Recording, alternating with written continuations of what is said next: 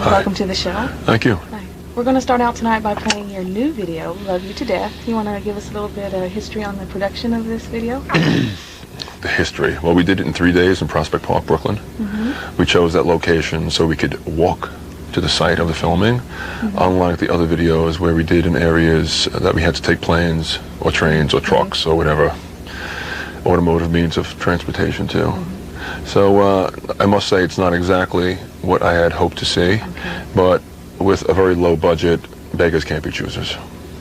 Okay, well, here's Love You to Death. Okay, we're here with Pete from Typo Negative. They're on tour in support of their new release, October Rust. If you haven't got it already, what's your problem?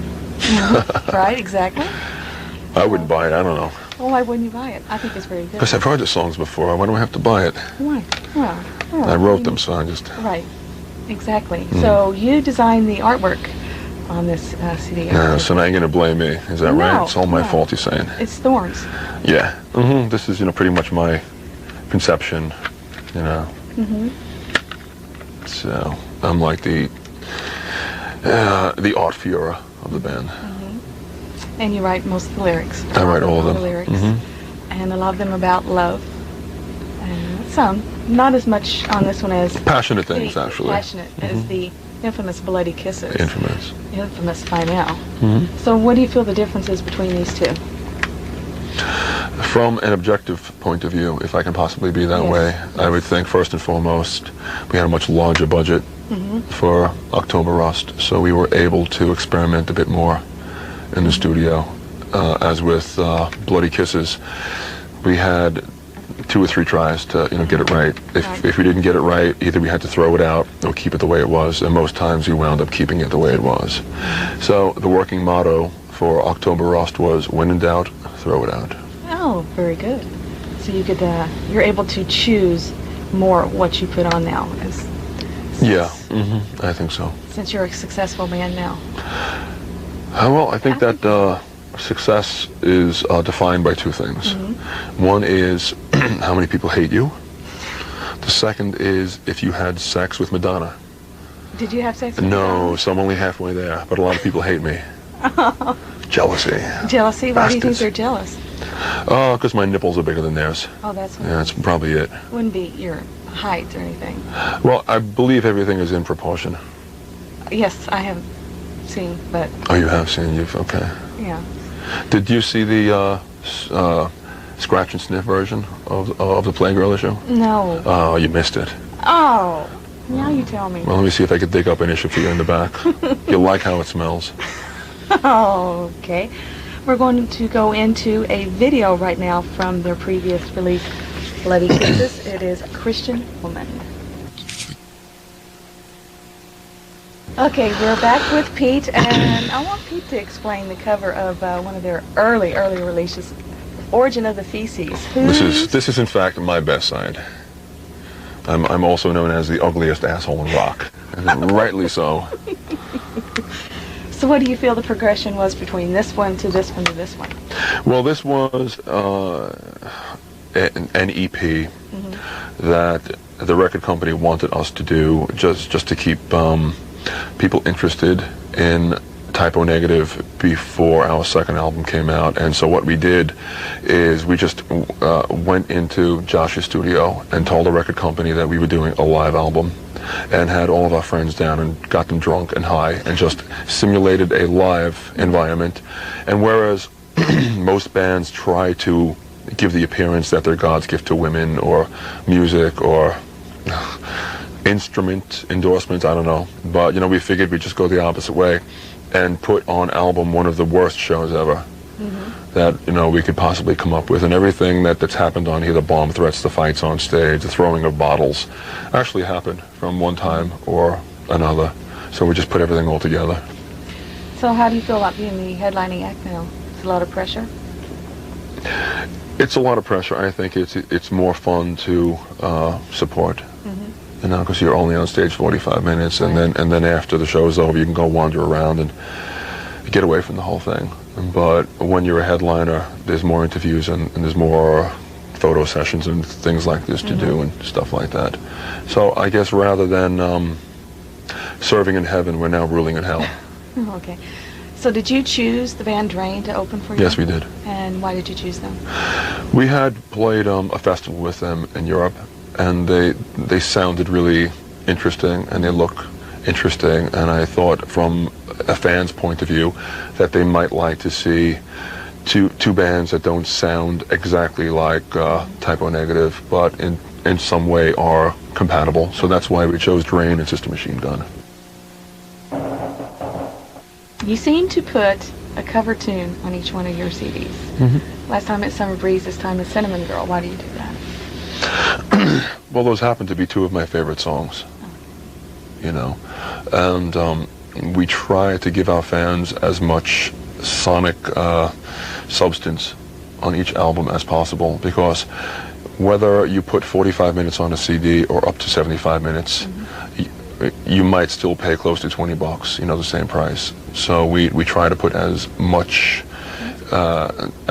substance on there as we possibly can, so that our fans get their money's worth. And we choose covers that we like and we enjoy playing. It's like really something for us more than anyone else. So who do you listen to on your free time, if you have any free time?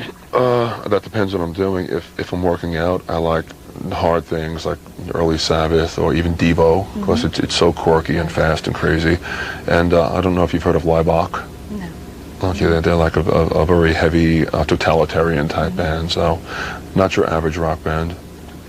And for the quiet times, I like stuff like Cocteau Twins or Curve, Dead Can Dance, stuff like that. Okay. And what do the other members of the band listen to? Similar? I mean, do you have similar tastes, or?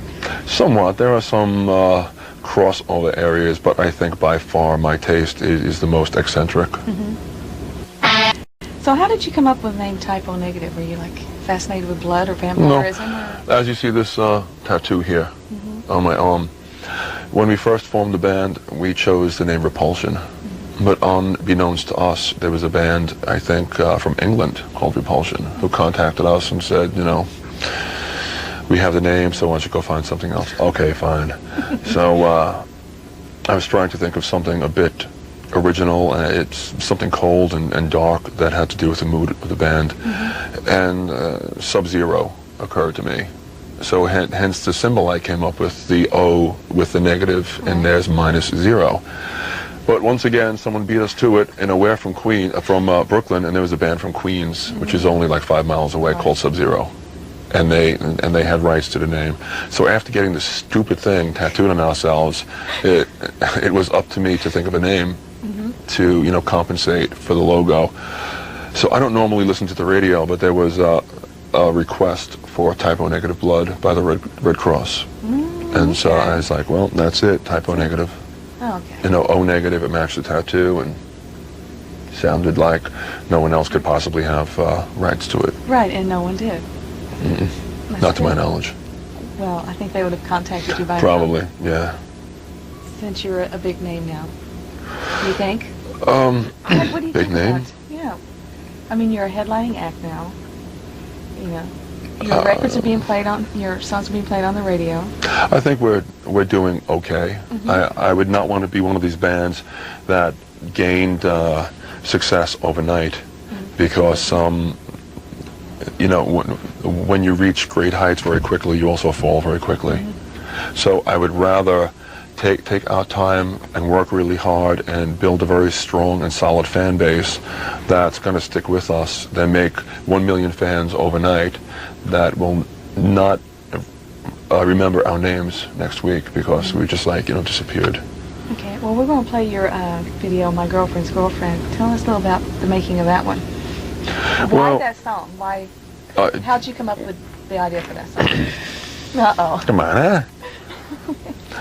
I think every man's dream is to be in bed with at least, well, you know, 2 women, and you know, it's just like just a fantasy song. Fantasy of yours? Yeah, it was, well, I think of every man. Okay. I would say, and it was actually the last song written for the album, and it was just this little goofy thing that I threw together, and the band liked it, and unfortunately that was our first single. Right. And I think it gave most people a very strange impression of what this album A false impression. was. Maybe? Yes, definitely a false impression, because no other song sounds like it on the album. But the record company felt that they had to bait the hook properly. And at this point, I don't think that they used the proper bait. But No. but you know, what is done is done. Love You to Death is much better, I think. I think so. My Girlfriend's Girlfriend, I think so. I think you're right. as far as commercial appeal anyway. Mm-hmm. I mean, I like the video to Love You to Death. I think it catches more of your dark gothic nature. That's true too. With My Girlfriend's Girlfriend, we intentionally wanted to do something very different. Whereas the past two videos are very dark and kind of gloomy and blurry and spacey. We wanted to come out with something that was very colorful and very vivid, and just let people know that they should always expect the unexpected from this band. Very good. It's a good time. Mm-hmm. Well, we're going to wrap it up. Thank you for joining us on Hard Rock Television. It's my pleasure. Okay. Thank you. Pete. Bye. Bye-bye.